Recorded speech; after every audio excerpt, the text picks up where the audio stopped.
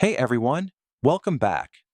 In this lesson, we're going to talk about the coordinate plane, what it is, how it works, and how to plot points on it.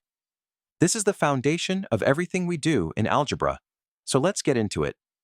The coordinate plane is basically a map. Just like a map uses north and south and east and west to find a location, the coordinate plane uses two number lines to find any point in space. The first number line runs horizontally. We call it the x-axis. The second runs vertically. That's the y-axis. Where they cross in the middle is called the origin, and its coordinates are 0, 0. Every point on the plane has an address. We call it an ordered pair, written as x, y inside parentheses. The x tells you how far to move left or right.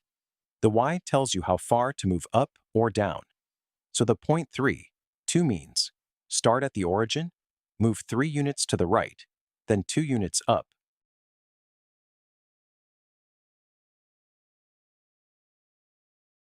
And -4, 1 means move 4 units to the left, then 1 unit up. Always x first, then y.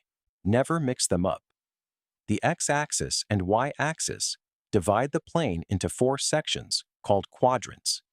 We number them 1 through 4, starting from the upper right and going counterclockwise. Quadrant 1 is the upper right. Both x and y are positive. Quadrant 2 is the upper left. X is negative, y is positive. Quadrant 3 is the lower left. Both are negative. Quadrant 4 is the lower right. X is positive, y is negative. Let's plot 3 points together.